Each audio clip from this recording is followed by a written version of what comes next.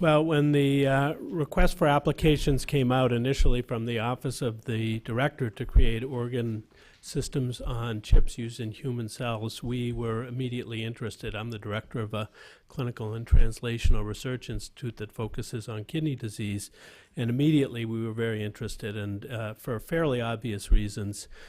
First of all, kidney function plays a critical role in the elimination of drugs and their metabolites, as well as a variety of other types of toxins responsible for about 20 to 25%, for example, of the elimination of drugs and their metabolites. The kidney is also highly susceptible to injury from drugs and from environmental toxins. And people with kidney disease are at greatly increased risk of adverse drug reactions. And drug and toxin-induced kidney injury is responsible for about 20% of hospital admissions for community-acquired acute kidney injury. And also, we need good disease models for developing new therapeutics, as there have been very few new drugs introduced that have been successfully found to be safe and effective in the treatment of kidney disease. So the kidney is a very complex organ. It has more different cell types than any other organ in the body, over 30 different cell types, and a very, very complex architecture. And from the beginning, we thought it would be virtually impossible to truly develop, at this point in time, a human kidney on a chip. So we decided to focus on the kidney tubular interstitium, which is that part of the kidney that is most critical in terms of understanding drug elimination and toxin elimination, and at the same time is the part of the kidney that is most susceptible to drug and toxin-mediated injury.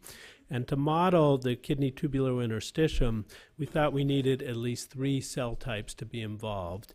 The first are proximal tubule cells, which is the tubular epithelial cells in the segment of the nephron that's most susceptible to injury and that's most involved in the tubular secretion of various toxins and drugs, which means that they have the highest exposure to high concentrations of drugs and their metabolites. And at the same time, it was going to be important to model the vasculature because, as you see on the right side here, this is a human kidney. The tubules in the tubular interstitium are all intimately surrounded by peritubular microvessels, and the tubular secretion of solutes can be enormously efficient from the peritubular microvasculature through the basolateral surface of the proximal tubules, leading to eventual elimination. So we decided to model these 3 cell types in order to understand particularly tubular secretion of drugs and toxins, because that's the least well understood and the least able to be modeled at the present time. It's relatively easy to estimate glomerular filtration of various drugs and toxins. And as far as organics go, it's fairly easy to model tubular reabsorption, but it's always been very difficult to model tubular secretion. Our approach to this was to work with primary cells from normal human kidney. So we started from the get-go with an arrangement where, with informed consent, when individuals were undergoing nephrectomy for circumscribed cancers at the University of Washington, the non-cancerous part of the kidneys were made available to us, and we isolated the various cell types that were essential for the 3 cell types that we needed for this project. And those were here just staining, again, what a normal kidney looks like. You see CD34, the peritubular microvascular cells, platelet-derived growth factor receptor beta, which marks the perivascular cells or pericytes that surround the microvascular endothelial cells informing these capillaries, and of course the renal tubular epithelial cells.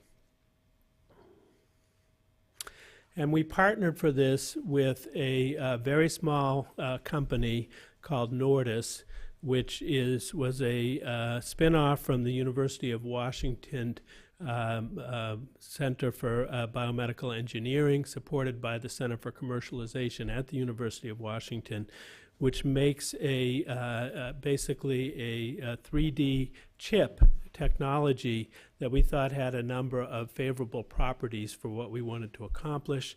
These microfluidic chips make nice 3D microenvironments where we can compartmentalize a lumen versus an interstitium or with an extracellular matrix, which can be injected into the interstitium.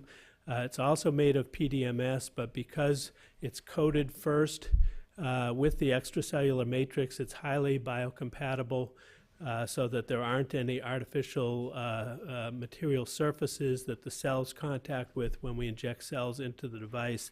They have luminal flow with the ability to control shear force and other mechanical stimuli, and we have a variety of different means to biosense the fluids that are involved in the process.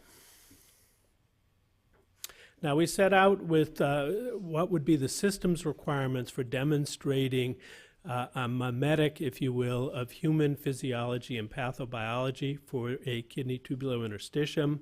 The first requirements were clearly for cell viability, and a goal throughout this NIH-funded consortia is to develop systems that will allow for long-term cell culture, which I think from an environmental exposure standpoint would allow for examination of a cumulative effect of indolent exposure over time. So we wanted to go out at least to 28 days for cell viability. We wanted to be able to demonstrate physiologic function. So we used glucose as a substrate for demonstrating reabsorptive function. We wanted to show that there would be an appropriate response to injury, and we focused on a molecule called kidney injury molecule 1. We wanted to demonstrate synthetic function for glutathione reclamation by the tubule, as well as ammoniogenesis in response to appropriate stimuli, vitamin D biotransformation, which is an important function of the kidney to make activated vitamin D from 25-hydroxyvitamin D. Demonstrate transporter expression, particularly for the organic, anionic, and cationic transporters that are located predominantly on the basolateral surface of the proximal tubule epithelia, and demonstrate functionality of these transporters in terms of both organic anion and cation secretion. I'll show you some of the data that we've accomplished in the first 2 years of this project, and I will say that we were able to accomplish all of the milestones in terms that we just discussed in terms of both physiologic function and in terms of pathobiology as well. So we've been able to very successfully and repeatedly take these renal tubular epithelial cells and inform these tubules in these three-dimensional microphysiological systems that maintain an epithelial phenotype out to at least 28 days. And this is very different than standard two-dimensional cultures, where it's well known that proximal tubule cells undergo an epithelial to mesenchymal transition quite rapidly in standard cultures, which affects their functionality. So here you see ECA-adherent staining, and you see ZO1 staining tight junctions this is at 28 days in one of our microphysiological systems, as well as cell viability. Question in the front. Good question. We haven't really looked at that yet. That's on our agenda to look at whether we'll start with acetylated tubulin staining, but we haven't really focused to this point on cilia. Now, just to compare two standard 2D to 3D cultures, in the top two figures on the left, these are standard two-dimensional cultures of the same primary human proximal renal tubular epithelial cells, looking for SGLT2 staining, which is the apical glucose, the primary apical glucose transporter in these cells, and you see a near absence in standard 2D cultures of expression of SGLT2.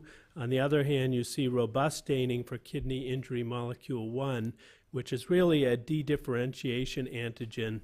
After injury, proximal tubule cells dedifferentiate, proliferate, and then if there's healing, then they redifferentiate.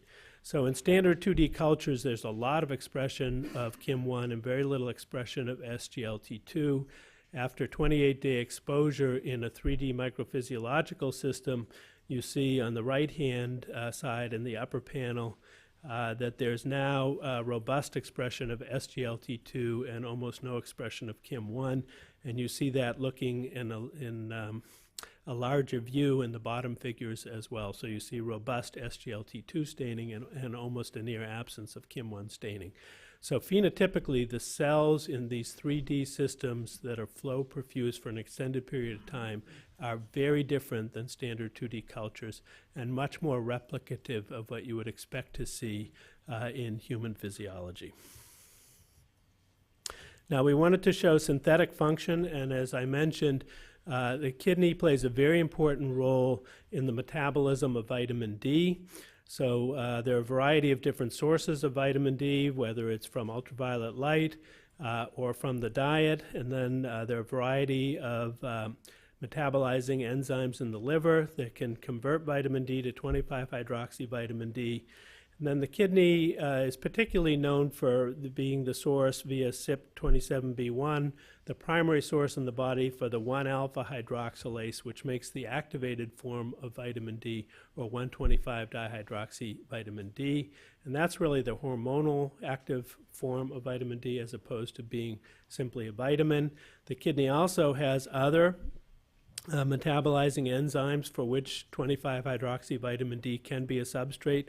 These include CYP24, which produces 24,25-dihydroxyvitamin D, which is thought to be predominantly an inactivating pathway for vitamin D. And then CYP3A, in the kidney, CYP3A5 is also vitamin 25D can be a substrate for CYP3A5, and it produces 4-beta-25-dihydroxyvitamin D. We were able to show using mass spectrometry that when we perfuse 25-hydroxyvitamin D through our system, all three enzymes can be active in this microphysiologic system. So we could demonstrate the metabolic end products for both CYP27B, for CYP24, and for CYP3A5 as well. Now, the kidney, one of the major functions of the kidney is to maintain homeostasis, and that includes electrolyte homeostasis in the body, but also acid-base homeostasis. And in response to an acid load, the kidney generates ammonia from glutamine, and then ammonia can bind excess hydrogen ion, and the ammonium is then excreted. It's the primary means by which the kidney is able to excrete an acid load. In the absence of the ability to do this, there's a medical condition that develops called renal tubular acidosis. So to test physiological function and ammoniogenesis within our system, we changed the pH in the perfusate from a physiologic pH of 7.4 down to a more acidic pH of 6.9, and in so doing, we're able to show a responsiveness of the system in increased generation of ammonia. And you see here 4 replicate experiments, and I show this also, the individual experiments, to show that although there's a consistent pattern of increased ammonia production in response to lowered pH, there's also considerable experiment-to-experiment variability. Now, whether that's, and we see this in all of our systems, we use both different cell sources for the experiments, i.e. from different humans that we've generated renal tubular epithelial cells, as well as batch-to-batch variation. And we also will do multiple devices at the same time. And in all cases, you get some variability. So when you superimpose them all together, there is a fair amount of physiologic variability, but nonetheless, clearly a physiologic response to a stimulus like lowered pH. Now, we're very interested in tubular secretion, and most tubular secretion in the kidney occurs through organic anion transporters, OAT1 and 3 specifically, and organic cation transporters, OCT2 specifically. And we wanted to examine both the functionality of these transporters and also the ability to inhibit transport function. So these are experiments showing you competitive inhibition of para-aminohippurate transport, which is a classic OAT1/3 substrate, via indoxyl sulfate. Indoxyl sulfate is a uremic toxin, so-called uremic toxin, or uremic retention solute that accumulates through production by the gut microbiome. So it has a lot of relevance now, thought to have a lot of relevance in terms of the vascular complications associated with kidney disease. And here you see that indoxyl sulfate can inhibit the transport of para-aminohippurate. They're both OAT1, OAT3 substrates. So you can get competitive inhibition of para-aminohippurate transport via indoxyl sulfate. Now turning to the microvasculature, which is the other half of the equation, our milestones for this project included demonstration of cell viability, but also vessel integration, microvascular integrity, barrier function, non-thrombogenicity, matrix production, and response to injury. To do this, we first had to isolate kidney microvascular cells, which was a challenge and took some time to figure out how best to do this. Excuse me. Previously, microvascular endothelial cells had been isolated, but not kidney-specific perivascular cells. We found ways to isolate these cells from human kidneys, culture them. They express the right phenotype, both by morphology and also by gene expression. And then we were able to, for the first time, make perfusable human kidney microvascular network systems. Here you see CD31 and von Willebrand's factor in this system, showing nice appropriate differentiation with VWF expression in these microvascular endothelial cells. We see them align along the direction of flow, and then on the right-hand side you see the addition of perivascular cells expressing PDGF receptor beta, nicely wrapping around the microvascular endothelial cells and forming these microvascular network systems. And we were able to show that these are fenestrated. This has not been shown before with human cells, where it's well known that the glomerular endothelium are highly fenestrated, and that's how you can get very high rates of glomerular filtration.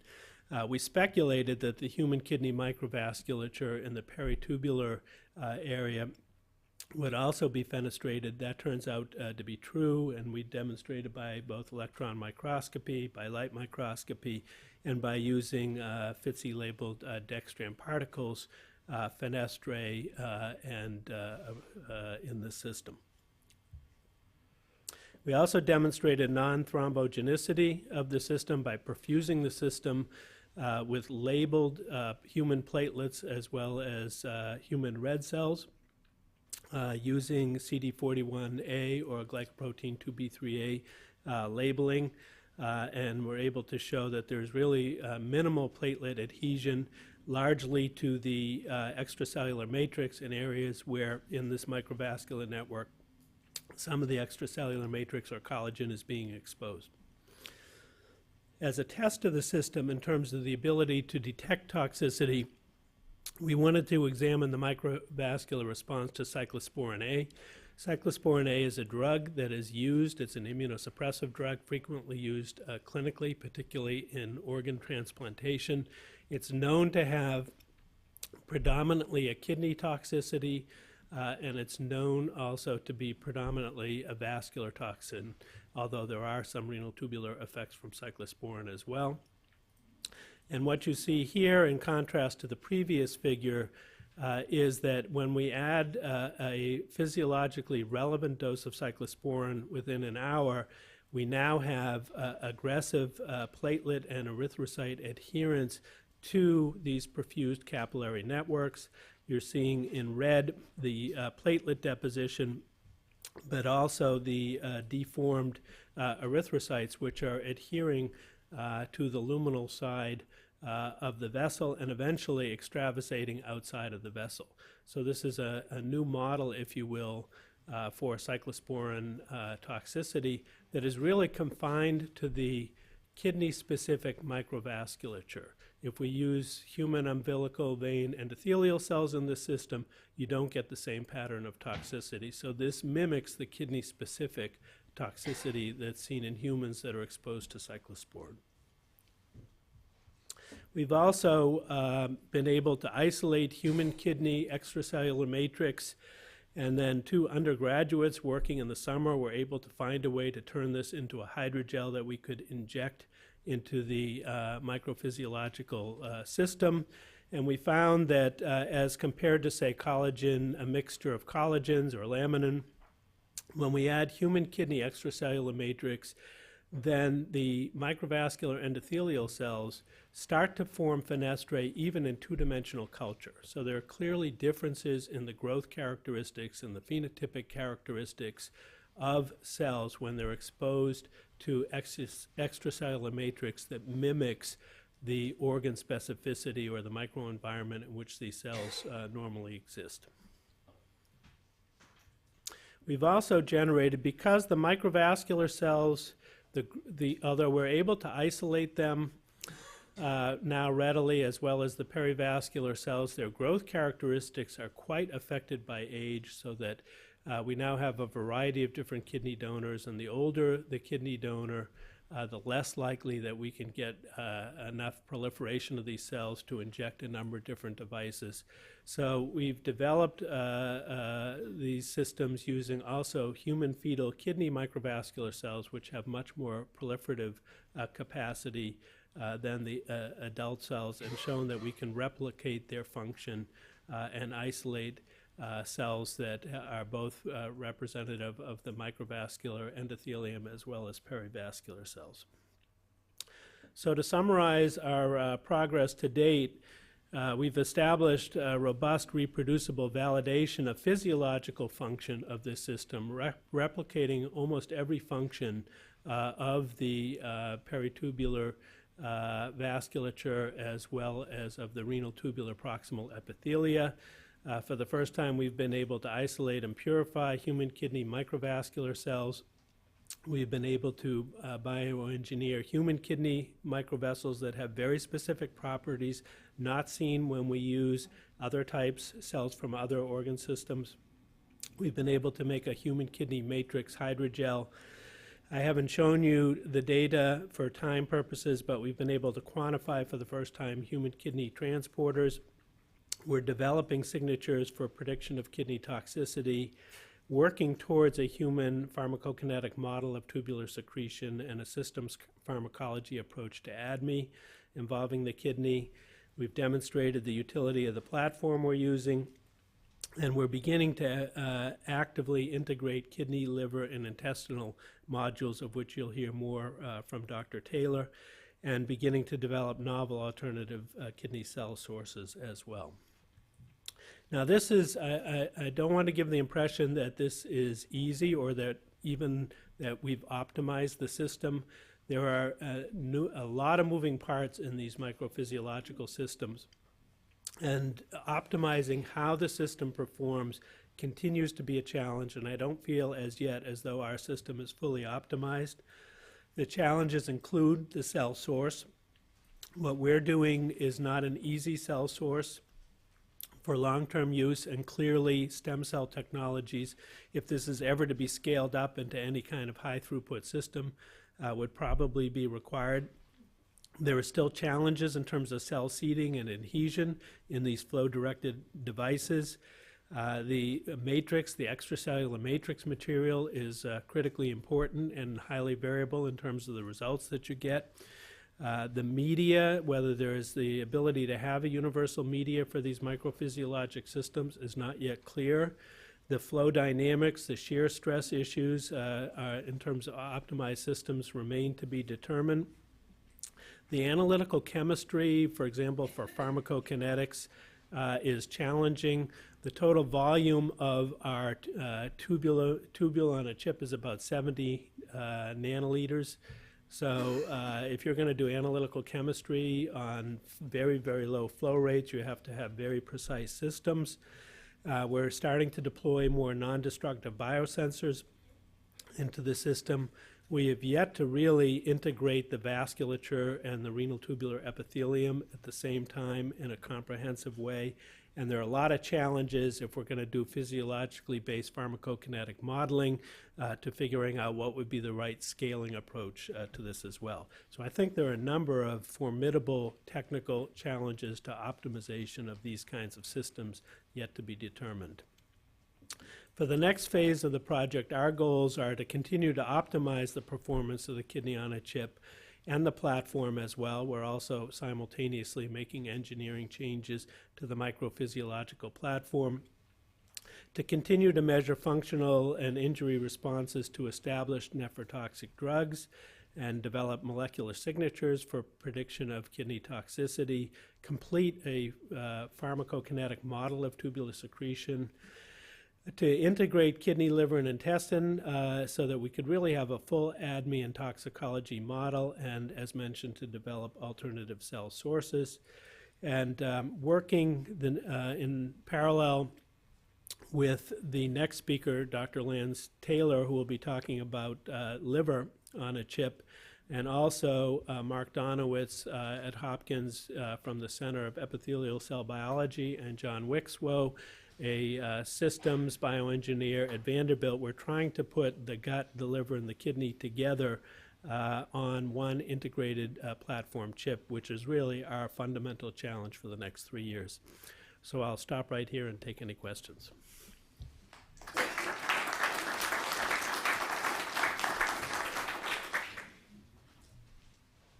One quick question. Yeah. David Gerhold, NIH NCATS. Congratulations on all this progress on the kidney model. Can you reproduce KIM-1 induction in your model? Not well. Not well. We're experimenting with KIM-1 induction and hemoxygenase induction as biomarkers. As you know, that KIM-1 in particular has, in preclinical models, has performed very well. In human studies, it's performed moderately well as a biomarker, urinary KIM-1 levels as a biomarker of acute kidney injury. But people have had real trouble in cell-based systems getting upregulated expression of KIM-1 as an injury marker. And to date, we have not optimized a system where I would confidently say that we can see increased KIM-1 expression in response to either hypoxic injury or toxic injury. Thank you. Okay.